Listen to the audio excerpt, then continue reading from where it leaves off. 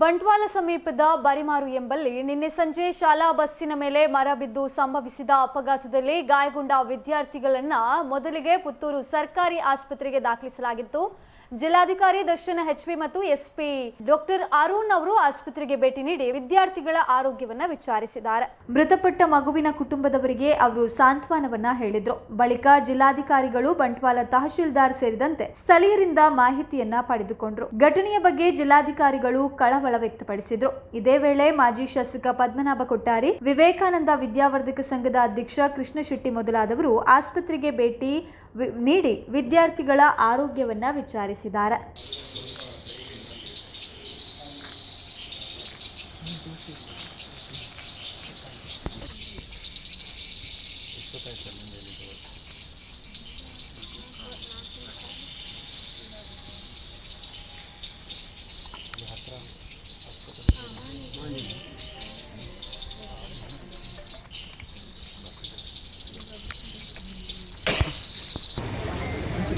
ನಮ್ಮ ಕಲ್ಲಡ್ಕ ಶ್ರೀರಾಮ ವಿದ್ಯಾಕೇಂದ್ರದ ಇಂಗ್ಲೀಷ್ ಮೀಡಿಯಮಿನ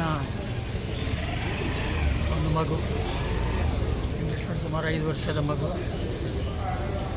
ಶಾಲಾ ಬಸ್ಸಿನಲ್ಲಿ ಬರಿಮಾರ ಗ್ರಾಮಕ್ಕೆ ಹೋಗಿ ಆ ಬಸ್ಸು ಮತ್ತೆ ಪೆರಾಜ ಗ್ರಾಮಕ್ಕೆ ಬರಬೇಕು.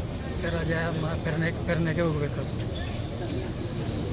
ಬರಿಮಾರಿನಲ್ಲಿ ಹೋಗಿ ಅಲ್ಲಿಯ ಮಕ್ಕಳನ್ನು ಇಳಿಸಿ ಬರುವ ಸಂದರ್ಭದಲ್ಲಿ ಅಲ್ಲಿ ಒಂದು ಕಲ್ಲೇಟು ಅಂತ ಹೇಳುವ ಜಾಗದಲ್ಲಿ ದೇವಸ್ಥಾನದ ಹತ್ರ ದೊಡ್ಡ ಮರ ಬಸ್ಸಿನ ಮೇಲಿಗೆ ಬಿತ್ತು.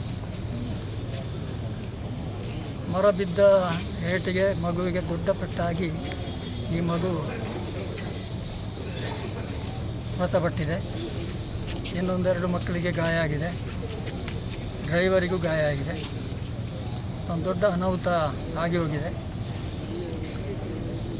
ಹಾಗಾಗಿ ಆಗಬಾರದಿತ್ತು, ಇನ್ನು ಪ್ರಕೃತಿದ್ದು ಯಾರಿಗೂ ಹೇಳಲಿಕ್ಕೆ ಸಾಧ್ಯ ಇಲ್ಲ, ಆಗಿ ಹೋಗಿದೆ. ಹಾಗಾಗಿ ಆ ಮಗುವಿನ ತಾಯಿ ತಂದೆ, ತಾಯಿಯ ಸುರುವಿನ ತಾಯಿ ತಂದೆಯ ಸುರುವಿನ ಮಗು, ಈಗ ಎರಡನೇ ಅವರು ಗರ್ಭಿಣಿಯಾಗಿದ್ದಾರೆ. ಹಾಗೆ ಒಂದು ಮಗುವನ್ನು ಕಳ್ಕೊಂಡಂಥ ದುಃಖವನ್ನು ಭರಿಸುವಂಥ ಒಂದು ಶಕ್ತಿಯನ್ನು ಭಗವಂತ ಅವರಿಗೆ ಕರುಣಿಸಲಿ ಅಂತೇಳಿ ನಾನು ಈ ಸಂದರ್ಭದಲ್ಲಿ ದೇವರಲ್ಲಿ ಪ್ರಾರ್ಥನೆ ಮಾಡಿಕೊಳ್ತೇನೆ. ಆ ಕುಟುಂಬಕ್ಕೆ ಸಾಂತ್ವನ ಹೇಳಿ ಅವರು ಧೈರ್ಯವಾಗಿ ಇರಲಿ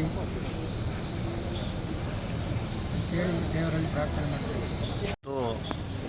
ವಿವೇಕಾನಂದ ವಿದ್ಯಾವರ್ಧಕ ಸಂಘದ ಸಹಸಂಸ್ಥೆ ಆಗಿರತಕ್ಕಂಥ ಕಲ್ಲಡ್ಕ ಶ್ರೀರಾಮ ವಿದ್ಯಾಮಂದಿರದ ವಿದ್ಯಾಕೇಂದ್ರದ ಆಂಗ್ಲ ಮಾಧ್ಯಮ ಶಾಲೆಯ ಇವತ್ತೊಂದು ಮಗು ಬರಿಮಾರು ಎಂಬಲ್ಲಿ ಇವತ್ತು ಸುರಿದಿರ್ತಕ್ಕಂಥ ವಿಪರೀತ ಮಳೆಯ ಕಾರಣಕ್ಕೋಸ್ಕರ ಬಸ್ಸಿನ ಮೇಲೆ ಬಿದ್ದಿರ್ತಕ್ಕಂಥ ಮರದ ಕಾರಣಕ್ಕೋಸ್ಕರ ಇವತ್ತು ಮೃತಪಟ್ಟಿದೆ. ಅತ್ಯಂತ ನೋವಿನ ಸಂಗತಿ. ಒಂದು ಆಕಸ್ಮಿಕ ನಡಿಬಾರ್ದಿತ್ತು.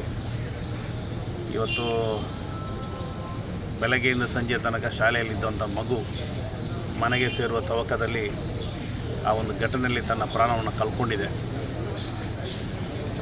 ಈ ದುಃಖವನ್ನು ತಡೆದುಕೊಳ್ಳತಕ್ಕಂಥ ಶಕ್ತಿ ಆ ಕುಟುಂಬದ ತಂದೆ ತಾಯಿಗೆ ದೇವರು ಕೊಡಲಿ.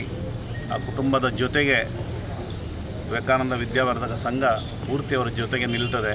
ಅವರ ನಾವು ಅವರ ಸಾಂತ್ವನದಲ್ಲಿ ತೊಡಗಿಸಿಕೊಳ್ತೇವೆ ಅನ್ನುವಂಥ ಮಾತನ್ನು ಈ ಸಂದರ್ಭದಲ್ಲಿ ವ್ಯಕ್ತಪಡಿಸ್ತಾ ಇದ್ದೇನೆ.